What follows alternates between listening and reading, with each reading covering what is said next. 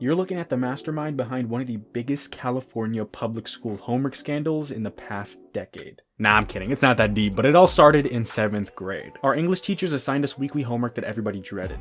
It was called Membean. For 30 minutes a week, students had to log in and complete what was basically like a weekly vocab quiz. It was meant to enrich your vocabulary, and the average 12-year-old kid did not want to do this. I mean, I certainly did not, but I had a major advantage over a lot of my classmates. I excelled in reading and writing, and my vocabulary was probably way better than it is right now, honestly. But I was on like the second hardest Membean ranking, and like all this stuff came very easy to me. For context, when you first start Membean, you take a pre-assessment quiz, which basically places you in a bracket. You've got like the super easy level, the easy levels, and then, you know, all the way up to the hardest levels. I believe there were 4 levels, 4 being the hardest, 1 being the easiest, and I started in level 3. But a lot of the people I associated myself with did not want to try this at all. They had no care for school, and they were all in like level 1. They didn't want to do the weekly assignments, but their parents did, so I had to provide a solution.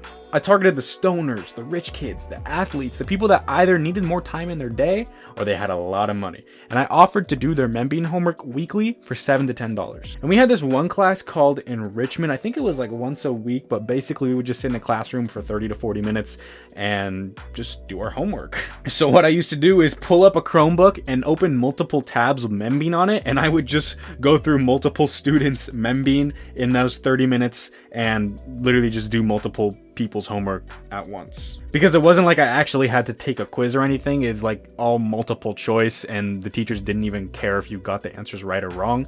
You just had to prove that you were actually moving your mouse around on the screen for 30 minutes straight. Because it wasn't graded on correctness, it was graded on completion. But eventually I was making around $30 every single week from doing multiple kids' Membean. And throughout my 7th and 8th grade year, I had multiple customers come and go. But $30 a week multiplied by 50 weeks in my 7th and 8th grade career, I made around $1,500 in middle school. My homework empire was already in the thousands, and I was just getting started. High school came around, same stuff, different title. Instead of Membean, we had weekly grammar worksheets. And to my surprise, they were all online. This was even easier than Membean, and it brought me way more money. For $10 a week, I would do kids' grammar worksheets and nonfiction responses. Basically, each week we would get a grammar worksheet with a bunch of vocab words that we'd have to, fill in the blank and do all that stuff, and then we also got a nonfiction article that we had to read and respond to.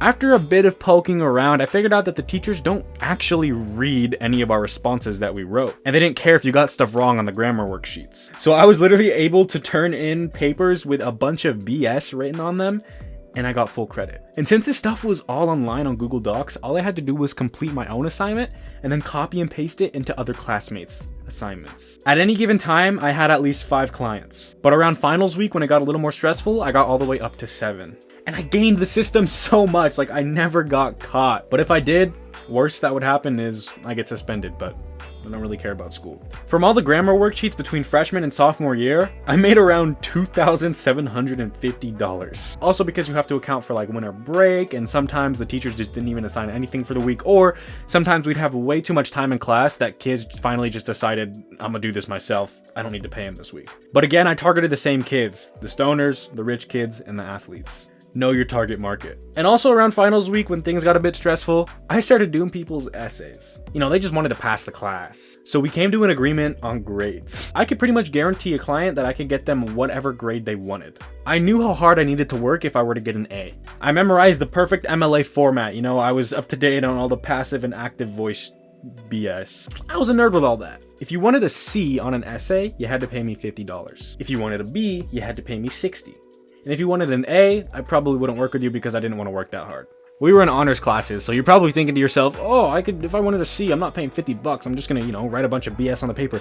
No, it was an honors class, and if you did something like that, they would tell you to rewrite it and probably fail you. But every time finals ran around, I had around 5 to 6 kids paying me, bringing me around $300 every time we had finals, which was twice a year. But I didn't offer this service for my very first final freshman year because I was a little scared. But from 7th grade to sophomore year, my homework empire made $5,150. And I didn't even get caught. Then, as most of you know, junior year, I completely immersed myself into entrepreneurship. I started reselling on eBay and Amazon, and I was making a lot more money than my homework business. I started getting D's and F's on my own assignments, so that basically killed my whole homework empire. If I couldn't even do my own work, how would I be able to do anybody else's? But look, if you're a smart kid who doesn't really care about the repercussions of getting caught, this is a very, very good business model. Legally, I don't recommend it to you, but like, you know, some easy money. Understand your teacher's limits, and remember, don't ask for permission, beg for forgiveness. Don't get caught, but hopefully I inspired you. If I did, please go ahead and subscribe right down below. To the left of me, I have some of my older videos just like this. Hopefully you guys enjoyed. My name is Austin Hustles. I hope you have an amazing day, and I'm out.